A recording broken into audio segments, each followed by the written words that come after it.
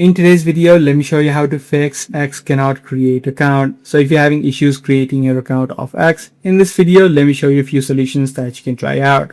Now, the first thing that you need to ensure is that you have not turned on or not connected to any sort of VPNs or any sort of proxies. If you are currently connected to one, make sure you disable and try to create your account. Also, you can try out switching your network. So if you're currently connected to your Wi-Fi, you can try switching to your cellular data and vice versa.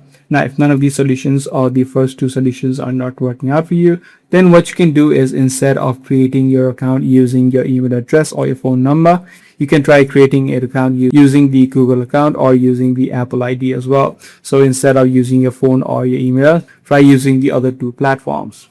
Now, using the other two methods as well, you're still having issues, then what you can try out in this situation is open up a web browser instead of the application of X. Open up a web browser of your choice, either on a normal tab or on the incognito window. You can head over to x.com and try creating your account using the web version. If you're having issues on the web version as well, this is likely due to X being down right now. So in this situation, you just need to wait out a few hours before you can create your account again. So that's pretty much all there is to it.